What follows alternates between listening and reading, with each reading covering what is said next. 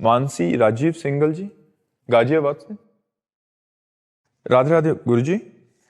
गुरुजी, मृत्यु के समय क्या छूटता है और क्या साथ जाता है? भगवान नाम यदि लिया है, पुण्य किए हैं और पाप किए हैं, ये तीन चीजें साथ जाती है। किया हुआ तुम्हारा पुण्य, किया हुआ तुम्हारा पाप और किया हुआ तुम्हारा भजन, ये तुम्हारे साथ जाएगा, जो आगे आपकी उन्नति या अवनति का कारण बनेगा। यदि आपने पाप किए हैं तो आगे आपकी दुर्गति हो जाएगी।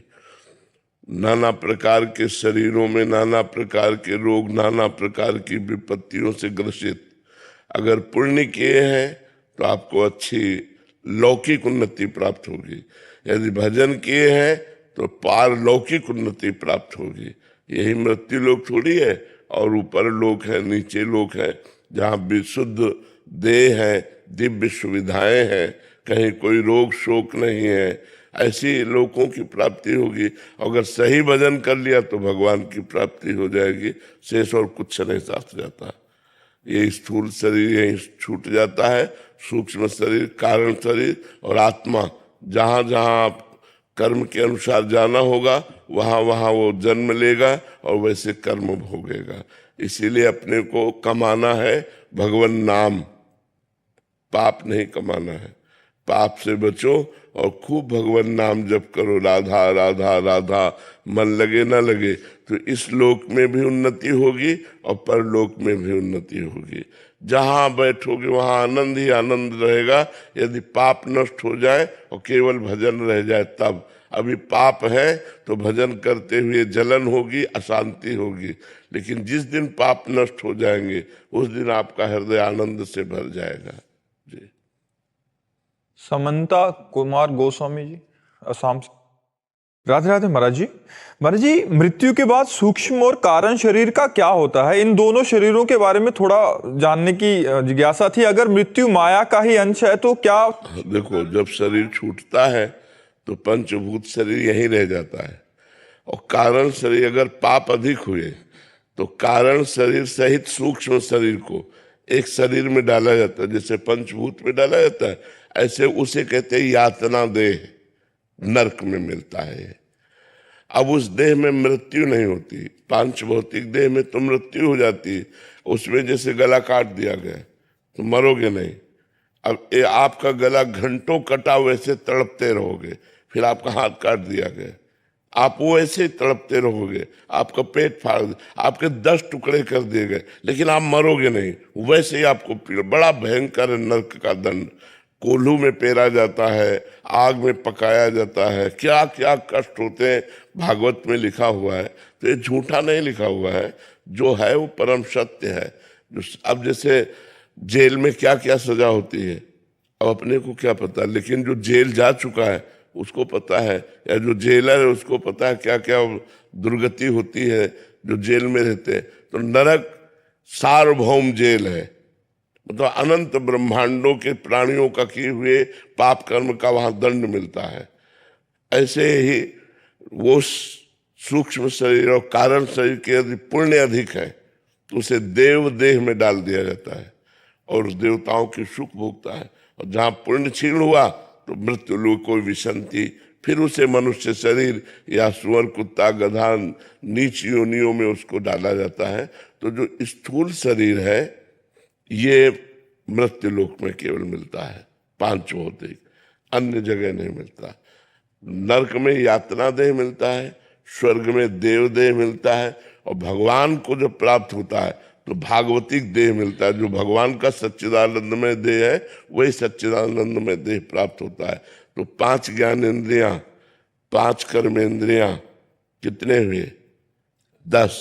पंच तन मात्रा, शब्द स्पर्श रूप रसगंध कितने हुए? 15। मन बुद्धि चित्त अहंकार कितने हुए? 19। और जीवात्मा 20। ये जो सूक्ष्म शरीर है, इसके बाद त्रिगुण माया, सतोगुण रजोगुण तमोगुण, तो ये कितने हो गए? 23। और काल 24। ये 24 तत्वों का पूरा खेल है। ये 24 तत्वों से संपूर्ण ब्रह्मांड बना हुआ है। ये संपूर्ण ब्रह्मांड बना हुआ है। इसमें केवल 5 घट जाते हैं स्थूल में, जो क्षितिजल पावक गगन समीरा, पृथ्वी, जल, अग्नि, वायु, आकाश, ये 5 महातत्व हैं जिनसे ये शरीर बना हुआ है। तो जब हमारी मृत्यु होती है तो केवल ये 5 तत्व हट जाते हैं, वो क्या शेष तत्व सब रहते हैं। फिर वो आगामी शरीरों को ग्रहण करके भोगते हैं। इसलिए हमें चाहिए कि भोगने वाले तो हम ही होंगे ना। कितना सुंदर मनुष्य शरीर मिला है, यदि हम इससे भजन कर लें, पाप आचरण ना करें तो हमारी उन्नति हो जाएगी। कम से कम हम नरक तो ना जाएं, फिर हम अच्छे लोगों को प्राप्त होकर अगर आना भी पड़े तो यहाँ बहुत अच्छी जगह हमारा जन्म हो, अच्छे हमारी भावनाएं हो, समाज को सुख पहुंचाएं, फिर अच्छे एक व्यक्तित्व को स्थापित करके फिर नया हम निर्माण करें जन्म के नए भाग्य का, या मोक्ष प्राप्त करें। मोक्ष प्राप्त हो गया तो फिर ये जन्म मरण सब बंद हो जाता है। महाराज जी, आपका यही प्रश्न है कि क्या मोक्ष और भगवत साक्षात्कार एक ही सिक्के के 2 पहलू हैं? भगवत साक्षात्कार में हम आपको देखते हैं और मोक्ष में तरंग समुद्र में लय हो गई, उसका अस्तित्व ही खत्म हो गया। लेकिन भगवत साक्षात्कार में अस्तित्व खत्म नहीं होता। हम आपके दास, आपके सखा, आपकी पत्नी, आपकी सहचरी, जैसी हमने भावना की वैसे भाव से हम आपके पास रहेंगे, भगवान के पास। अगर हमने भगवान को अपना स्वामी माना तो हम दास्य भाव से रहेंगे, भगवान को अपना सखा माना तो मित्र भाव से रहेंगे, भगवान को अपना लाला माना तो वात्सल्य भाव से साथ में रहेंगे। अगर हमने भगवान को अपना पति माना, जो कांता भाव, गोपी भाव है, तो हम उस भाव से, अगर सहचरी भाव तो हम उस भाव से, जो हमने भावना की वो जब सिद्ध होगी तो हम भगवान के साथ वैसे ही रहेंगे जैसे हमारी भावना। ये हुआ भगवत साक्षात्कार। और मोक्ष में हुआ कि जैसे समुद्र में तरंग लय हो गई, नाम रूप उसका खत्म हो गया, अब वो ढूंढे भी नहीं मिलेगी, वो समुद्र हो गई, वो भगवत स्वरूप में लीन हो गया, वो भगवान बन गया, भगवानमय हो गया। अब उसका कोई अस्तित्व नहीं रहा, अस्तित्व मिट जाता है मोक्ष में, और भक्ति में अस्तित्व रहता है, भगवान और मैं। और ये मतलब कहने में आता है, लेकिन उस समय मैं खो जाता है, केवल भगवान ही रहते हैं। अंतिम जो अवस्था होती है उसमें केवल भगवान ही रहते हैं, मैं भगवान में लीन हो जाता है, बस मेरे प्रभु। पर 2 रहते हैं, भक्त और भगवान रहते हैं। समरनाथ जी, राधे राधे। गुरु जी, आंतरिक संबंध कब और कहाँ जागृत होता है गुरु और शिष्य का? जब अहंकार शिष्य का गुरु के चरणों में समर्पित हो जाता है, तब आंतरिक संबंध स्थापित हो जाता है। जो हमारा जीवत्व अभिमान है, देहाभिमान है, विद्या का, रूप का, कुल का, धन का, जाति का, देह का, नाना प्रकार का जो अभिमान है, वो जब गुरु के चरणों में समर्पित हो जाता है तो आंतरिक संबंध गुरु से हो जाता है। और आंतरिक संबंध होने का मतलब जो गुरु के हृदय में चल रहा है वही शिष्य के हृदय में चलने लगा। एक हरिव्यास देवाचार्य नाम के महापुरुष हुए हैं निम्बार्क संप्रदाय में। वो श्री भट्ट देवाचार्य जी उनके गुरु हैं। तो अपने गुरुदेव के पास आए और कहा, शरणागत हुए और कहा मैं दीक्षा लेना चाहता हूँ। तो बोले दीक्षा ऐसे थोड़ी दे देंगे, जाओ 12 वर्ष गिरिराज जी की परिक्रमा करो राधा नाम रटते हुए। उन्होंने कोई प्रश्न नहीं किया कि कहाँ रहेंगे, क्या व्यवस्था, जो आज्ञा। 12 वर्ष गिरिराज जी की परिक्रमा की राधा राधा रटते हुए। 12 वर्ष बाद आए तो उनका, तुमको कुछ हमारी गोद में दिखाई दे रहा है? बोले नहीं गुरुदेव। बोले जाओ फिर 12 वर्ष गिरिराज जी की परिक्रमा करो। गुरु आज्ञा। 12 वर्ष फिर लौट के जब आए 24 वर्ष बाद, तो उनका गुरुदेव आपकी गोद में प्रिया प्रीतम दिखाई दे रहे हैं। प्रिया जी बैठी है आपकी गोद में, प्रीतम। बोले आओ दीक्षा। उन्होंने ही महावाणी की रचना की, जो निम्बार्क संप्रदाय का जुगल सरकार की रसकेली का महामहिमामय ग्रंथ है महावाणी जी की रचना की। जब गुरुदेव को इस तरह से वर्ण किया, गुरुदेव की आज्ञा का पालन किया। नहीं अपने लोग होते तो बोले अब 24 वर्ष गुरु आज्ञा में, इसके बाद गुरु दीक्षा। तो गुरु दीक्षा कब दी? जब सिद्ध कर दिया। खुले नेत्रों से देखा प्रिया प्रीतम गुरुदेव की गोद में विराजमान है, तब दीक्षा दी और तब महावाणी की रचना की। बहुत बड़े महापुरुष हुए हैं। तो गुरु से आंतरिक संबंध, जब उनकी आज्ञा का पालन करते, ये अहंकार समर्पण है।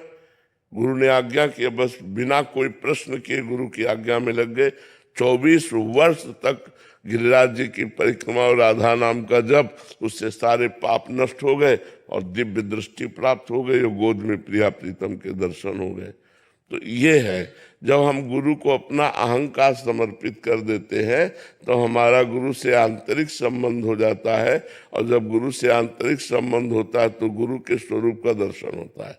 गुरु कृपा करके अपने स्वरूप का दर्शन कराते हैं। मुख्य तो कृपा होती, पर साधन उनकी आज्ञा का पालन करने से वो प्रसन्न हो जाते हैं कि हमारी आज्ञा का पालन किया। लखन गुप्ता जी दिल्ली से। राधे राधे महाराज जी। महाराज जी, जपा जाप क्या है और इसको करने की पद्धति क्या है जिससे भगवत साक्षात्कार? देखो, पहले तो हम जपे तब अजपा हो, कि हम जप नहीं रहे और स्वाभाविक श्वास प्रश्वास नाम चल रहा है, मंत्र चल रहा है, प्रणव चल रहा है, शिवोहम चल रहा है, वो तब चलेगा। पहले हमें जपना चाहिए, पहले करना होता है और फिर होता है। अजपा का मतलब होता है हम जप नहीं रहे, स्वाभाविक चल रहा है। तो स्वाभाविक कब चले? स्वाभाविक तो हमारा विषय चिंतन चल रहा है। अभी देखो, स्वाभाविक विषय चिंतन चल रहा है, मंत्र तो चल नहीं रहा। तो हमें पहले मंत्र को चलाना है। उसकी 3 पद्धतियां होती हैं, वाचिक, उपांश और मानसिक। तो जो गुरु मंत्र होता है उसमें 2 पद्धतियां होती हैं, केवल उपांश और मानसिक। नाम में वाचिक भी बोला, राधा राधा राम राम राम राम, लेकिन गुरु मंत्र नहीं बोल सकते। गुरु मंत्र उपांश और मानसिक। जब उपांश बहुत वर्षों जपा जाता है तब मानसिक में प्रवेश होता है, और जब मानसिक में प्रवेश हो जाता है तो फिर परावाणी जागृत हो जाती है। 4 प्रकार की वाणी है। परा, पश्यंती, मध्यमा, वैखरी। वैखरी माने जो बोल रहे हैं, जो आप कानों से सुन सकते हैं। पश्यंती, जो आंखों से देख सकते हैं। मध्यमा, जो हृदयस्थ हो गई।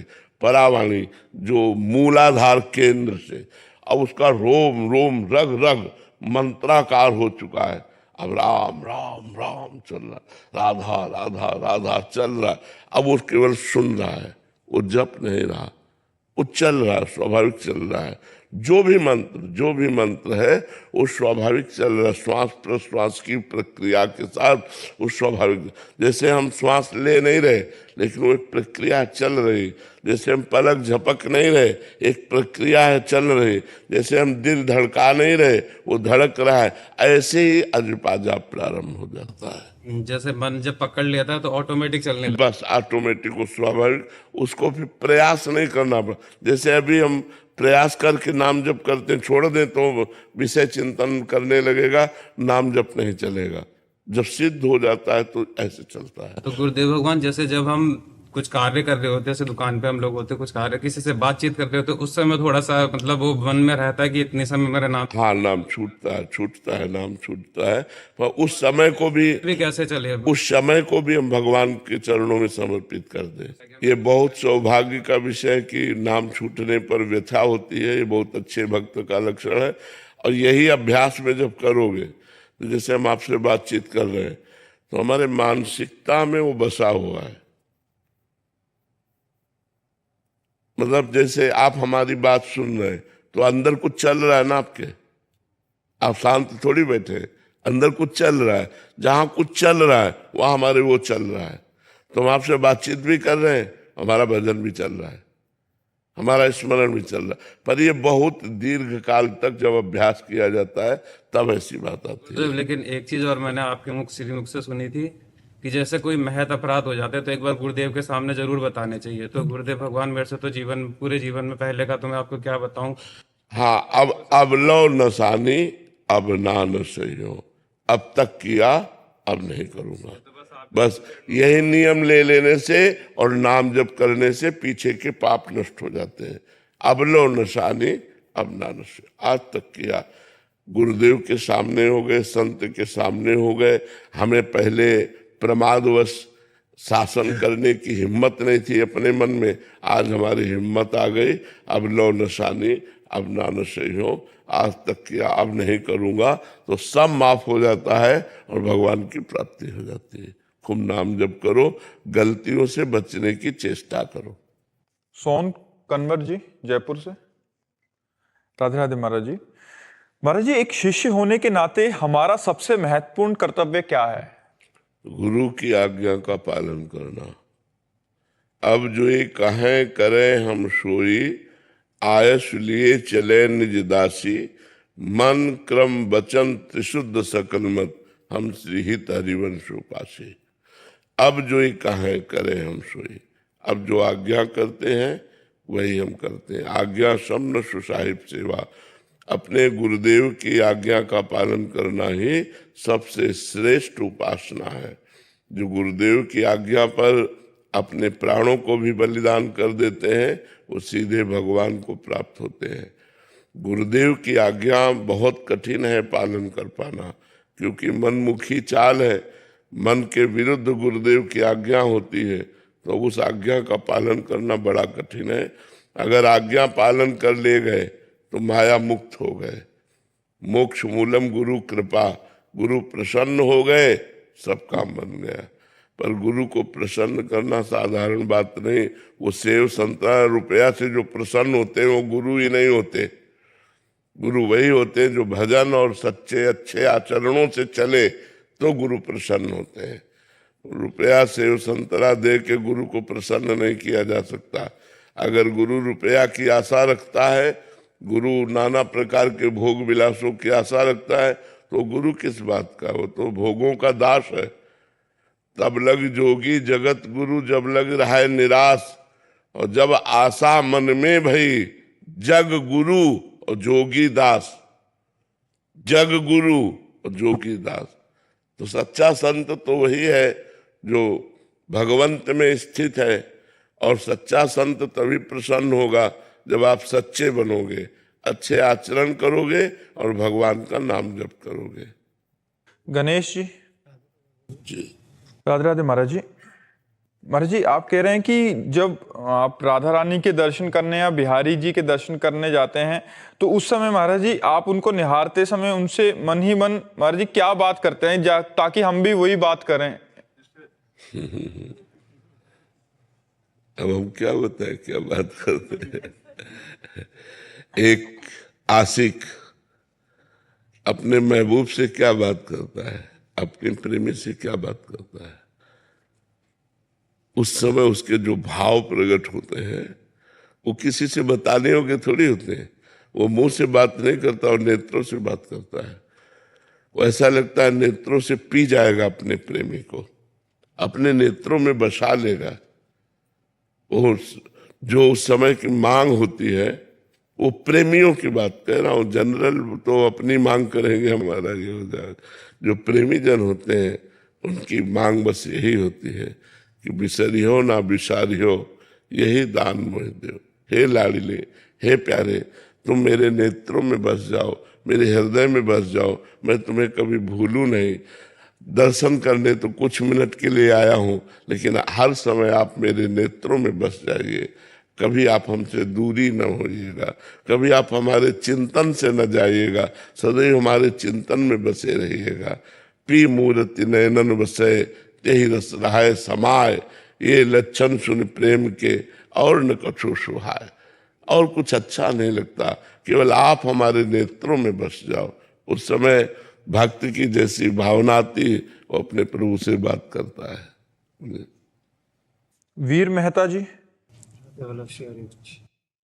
राधे राधे महाराज जी। महाराज जी, मेरी उम्र 19 वर्ष है। आपका सत्संग मैंने लगभग 1 वर्ष पहले सुनना शुरू किया। आपकी कृपा से शराब, मांस, हंस क्रीड़ा, गाली आदि दोष धीरे धीरे छूटने लगे और नाम जप भी कुछ स्थिर हुआ है। बहुत सुंदर, ये आपकी धन्यवाद। दया से। इतनी अवस्था में भी आपने शराब पी चुके? जी। अच्छा। महाराज जी कॉलेज आदि में जैसे बच्चे बाहर गए उच्च शिक्षा के लिए, तो महाराज जी उनका माहौल ऐसा है कि वहां के हम जो अटेंडेंट हैं उनसे बात कर, ये आपको एक नहीं महाराज जी, ये तो अच्छे बच्चे हैं ताकि छोड़ दिया उसके बाद आए हैं। काफी बच्चों का सुधार तो है ही है, क्योंकि जो हमसे मिलते हैं। नहीं, हम धन्यवाद देते हैं, हृदय से प्यार करते हैं और भगवान से प्रार्थना करते हैं कि आप सबका मंगल करें, आपकी बुद्धि शुद्ध रखें, आपको स्वस्थ रखें और आप आगे बढ़ो। मनुष्य जीवन बेटा नष्ट करने के लिए नहीं मिला, मनुष्य जीवन समाज को सुख पहुंचाने के लिए मिला है। हम जिन पदों पे जाएं, चाहे टीचर बने, चाहे डॉक्टर बने, चाहे हम समाज को सुख पहुंचाएं, हम कुछ ऐसे बने जिससे संसार को सुख पहुंचाए। क्या मनुष्य जन्म सुअर कुत्ता की तरह वही खा लिया, वही भोग लिया, वही नीच कर्म कर लिए, ये कोई मनुष्य जीवन? मनुष्य जीवन है अपने प्राणों का बलिदान दूसरों के लिए करें, अपने जीवन को ऐसा बनाए जिससे हम सैकड़ों को सुख पहुंचा सके। तब तो कुछ बात समझ में आई। अपने सुख के लिए तो सब मर रहे, संसार और समाज के सुख के लिए जो वही महान है जो समाज के सुख के लिए आगे बढ़े। पेमेंट तो मिलती ही है, लेकिन समाज सुख के लिए अगर हमारी बुद्धि बढ़े तो बहुत उत्तम है। अब कोई गंदी बात मत करना, ठीक है ना? जब तक ब्याह ना हो जाए तब तक किसी बहन, माता बहन से कोई गलत संपर्क न रखना, कोई नशा न करना। बहुत अच्छा है आप लोग काउंटर लिए, मुझे बहुत अच्छा लग रहा है कि आप नाम जप कर रहे हैं और आप देखना बहुत अच्छे बच्चे बनोगे। अभी आप नाम जप कर रहे हैं ना, आप देखना आपके आगे जीवन की उन्नति कैसी होगी। आप एक महान व्यक्तित्व वाले बनेंगे। बस हमारी बात पर लगे रहना, और जब ब्याह हो जाए तभी भोग करना, जब तक ब्याह ना हो तब तक ब्रह्मचर्य से रहना। फिर आप देख लेना अपना जीवन कैसा होता है। जो लोग ब्रह्मचर्य हल्की अवस्था में नष्ट कर देते हैं वो गृहस्थी लायक भी नहीं रह जाते हैं, वो लोग बहुत हानि को प्राप्त होते हैं। तुम लोग ब्रह्मचर्य से रहो, दंड बैठक मारो, जो हम नियम बताते हैं उनके अनुसार चलो, देखो अभी चमकने लगोगे। नई अवस्था है, अभी दिमाग प्रकाशित होने लगेगा, भगवान की कृपा प्रकाशित होगी। जो आप नाम जप कर रहे हो इससे आपका बड़ा मंगल होगा। कोई नशा नहीं, किसी माता बहन से संपर्क नहीं, गंदे बच्चों का संग नहीं, मोबाइल से गंदी बात नहीं देखना, तो आप देखना आपका जीवन कितना अच्छा हो जाएगा। ठीक है महाराज जी, इसका मूल कारण कहाँ से बिगड़ी? कुसंग को न कुसंगति पाए न साई, रहे न नीच मते चतुराई। ये जैसे वायरस फैलता है ना एक से दूसरे में, ऐसे ही गंदे बच्चे, जो गंदे दिमाग के बच्चे हैं, वो अच्छे बच्चों में भी गंदगी डाल देते हैं, वो अच्छे बच्चों में भी गंदे आचरण डाल देते हैं। अब उनको पता नहीं होता कि ये गंदा आचरण है, उनको लगता है सुख है, इसमें मनोरंजन है, इसमें बड़ा आनंद है, और वो गिरते चले। तो हमारे स्कूलों में बच्चे सब प्रकार के होते हैं, वो अच्छे बच्चों को भी गिरा देते हैं, नष्ट कर देते हैं। बिल्कुल नशा नहीं, व्यभिचार नहीं, अच्छे से पढ़ो, माता पिता के अनुशासन में रहो, देखो तुम्हारी उन्नति किस प्रकार की होती है। महाराज जी, आजकल जैसे कॉलेज में हम रहते हैं तो ज्यादातर छात्र जो कुसंग ही रहते हैं, तो मैं किसी से भी दोस्ती नहीं रखूंगी। हाँ बिल्कुल बिल्कुल। आज का दोस्त ऐसा नहीं कि आपको अच्छे मार्ग की शिक्षा दे कि तुम गलत मार्ग में जा रहे हो, ऐसा शिक्षा देने वाला नहीं। वो गलत मार्ग में ही दोस्ती होगी। मोबाइल में देखो गंदी बातें दिखा करके आपको प्रोत्साहन देकर गंदे मार्ग में ले जाना, ऐसे दुश्मनों से बचना चाहिए। ये दोस्त नहीं है, ये दुश्मन है जो हमारे नए जीवन की पीढ़ी को बर्बाद कर रहे हैं। ऐसे बच्चों से दूर रहना चाहिए, वो आगे दंड भोगेंगे, वो खुद दंड भोगेंगे। आप अच्छे बच्चे हो, ऐसी गंदी बातों से बचिएगा, जिससे आपका जीवन बड़ा निर्मल और भविष्य लोगों को सुख देने वाला बने। हमारे भारत का अगर एक व्यक्ति सुधर जाएगा तो एक कोना सुधर गया। अगर एक एक सुधरना शुरू कर दे तो बहुत सुधार हो जाए।